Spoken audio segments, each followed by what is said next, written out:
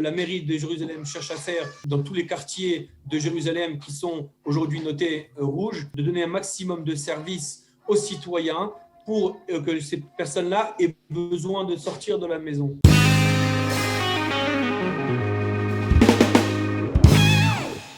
Jérusalem est en tête du nombre de malades du corona, un record national qui fait de la capitale israélienne une ville rouge.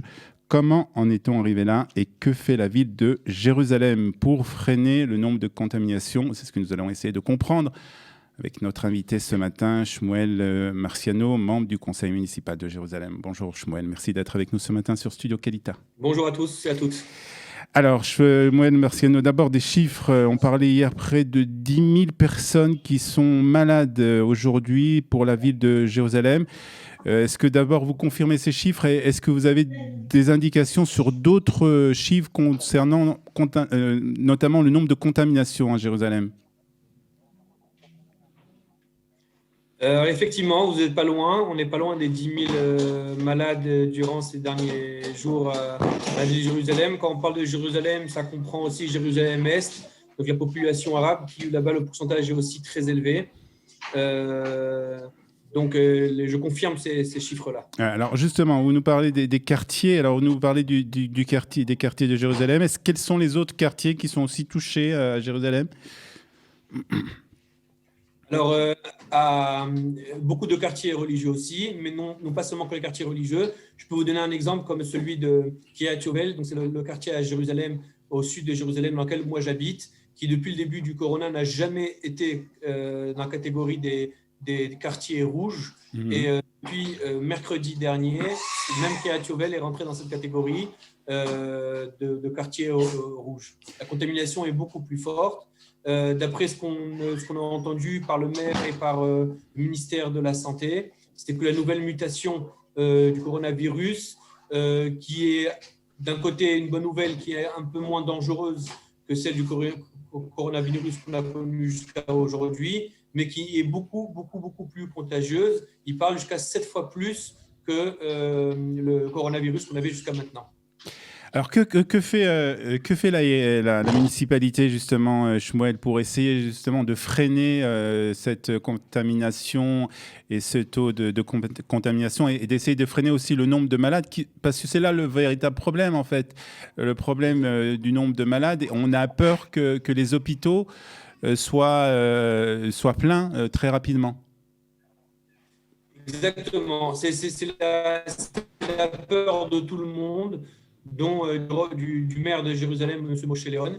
Alors, je vous avoue que le pays entier, et Jérusalem particulièrement, n'était pas prêt à cette troisième vague aussi rapide. Personne ne prévoyait cette mutation-là, qui fait que le coronavirus se propage de façon beaucoup plus facilement et beaucoup plus contagieuse. Ce que maintenant la mairie de Jérusalem cherche à faire dans tous les quartiers de Jérusalem qui sont aujourd'hui notés rouges, c'est de faire un maximum, de donner un maximum de services aux citoyens pour que ces personnes-là aient besoin de sortir de la maison. Je donne un exemple. Moi, le problème, je vous parle aujourd'hui, je suis à la maison, je suis moi-même en quarantaine, parce qu'une partie de ma famille est contaminée. Donc, on a des services pour lesquels on appelle le service 106 de la mairie. La mairie nous envoie des personnes, des volontaires ou des gens du Pikoud Aoref qui viennent nous prendre la poubelle et nous les jeter pour éviter de sortir. Ils distribuent un maximum pour les familles qui ont avec des enfants, des cartons remplis de nourriture, de jeux pour les enfants. En vérité, donner une possibilité aux gens de pouvoir avoir un mode de vie normal tout en restant chez eux les 12 jours que l'État demande, que le ministère de la Santé demande, pour éviter de sortir et de contaminer encore une fois d'autres personnes. Il y a beaucoup de choses qui sont faites aujourd'hui. On explique par Internet, par les médias, par Facebook, des vidéos en plusieurs langues. Donc même en français, en arabe, en hébreu bien évidemment, pour expliquer aux gens on peut être à la maison et continuer à avoir une vie normale, bien sûr pas aller au travail, etc., mais avoir une vie normale et de pouvoir être aidé par justement la mairie dans laquelle on habite. Ouais. Voilà, c'est plus ou moins les grands axes d'aide que la mairie veut apporter pour pouvoir éviter encore une fois aux gens de devoir sortir dehors. Il y a eu même des clés USB qui ont été données dans les familles dont des enfants sont en bidoude, en quarantaine, une clé USB dans laquelle il y a des activités du matin, de 9h du matin jusqu'à 17h l'après-midi, des activités de création, de jeux, de sport. Vous avez un professeur de gym qui vous fait des cours pour pouvoir faire à la maison même les cours de gym. Donc, toutes sortes d'aides. Vraiment, la mairie de Jérusalem se donne vraiment à fond avec les moyens du bord. Et encore une fois, je répète, en n'ayant pas été prête à cette troisième vague. Que prévu. Alors, on va quand même préciser, ces services sont valables où on peut les trouver, ces services, Shmuel Massonneau? Vous appelez à la mairie. D'abord, le mieux, c'est que chaque citoyen soit en contact avec le Minal Kehilati de son quartier. Vous savez que dans chaque quartier, il y a ce qu'on appelle un Minal Kehilati. Donc, en réalité, c'est une branche de la mairie, c'est une filière de la mairie pour le quartier. Vous appelez le Minal Kehilati. Généralement, le Minal Kehilati lui-même est au courant des personnes du quartier qui sont malades et eux, ils sont censés contacter les personnes malades ou les personnes en quarantaine pour pouvoir leur proposer tous ces services-là. Mais dans le cas où, comme le fait qu'ils sont débordés et que peut-être ils n'arrivent pas à joindre tout le monde, il faut absolument prendre le téléphone, appeler le Minal Kehilati et si vous n'arrivez pas à les joindre, alors appelez le Moked, le service 106. Vous disiez qu'il faut appeler le 106 pour avoir plus de renseignements. Donc ça, c'est concernant les services qui sont proposés par la mairie. Mais quand même, je voudrais vous poser une question quand même concernant cet actuel confinement. On parle d'un confinement encore plus dur, d'un couvre-feu total, la fermeture aussi du système scolaire.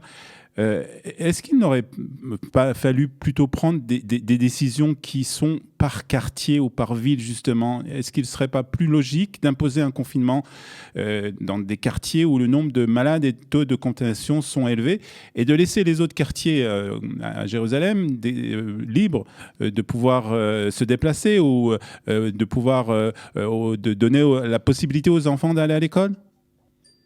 Exactement, c'est une façon de voir les choses. Ce qui est logique, ce que beaucoup de ministres ont proposé, de ne pas pénaliser la plupart toute la population de quartiers dans des villes. Il y a une logique dans ce qui est dit, et c'est ce que beaucoup de ministres pensent. Mais d'un autre côté, vous savez, quand une partie du pays est en confinement et l'autre partie n'est pas en confinement, celle qui est en confinement, qui est censée être en confinement, elle a du mal. Elle a du mal de savoir que... Vous savez, vous avez vu quand on a fait le confinement à la période au mois de fin mars, comment tout le pays était... tout le pays en vérité le faisait puisque tout le monde était dans le même, comme on dit, dans le même bateau. Les choses étaient beaucoup plus faciles de le faire. Alors que quand c'est une partie du pays qui le fait et une partie non, et que c'est une troisième fois, c'est un troisième confinement, certaines personnes ont du mal à accepter de pouvoir faire un confinement, alors qu'en sachant que son ami, son collègue, une autre partie de sa famille qui se trouve dans un autre quartier de Jérusalem ou dans n'importe quel autre pays d'Israël, lui n'est pas en confinement. Une partie des écoles ouvertes, une partie des écoles fermées. C'est un système qui est plus compliqué à mettre de façon concrète. Ce qui est plus logique, mais ce qui est difficile à mettre de concrétiser, c'est quelque chose qui est beaucoup plus compliqué. Un dernier mot très rapidement, Shmuel Marciano, sur l'opération de vaccination à Jérusalem. Comment elle se passe? Jérusalem se trouve aussi à un taux de personnes qui viennent se vacciner assez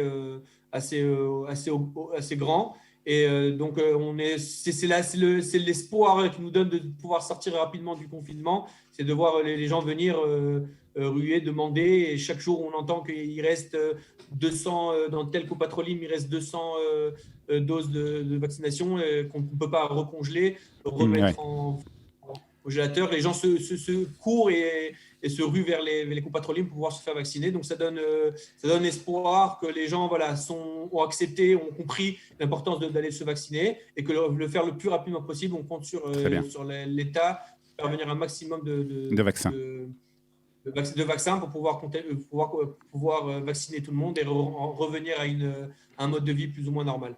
Shmuel Marciano, membre du conseil municipal de Jérusalem, merci d'avoir été avec nous ce matin sur Studio Qualité. Avec plaisir, bonne journée à tout le monde.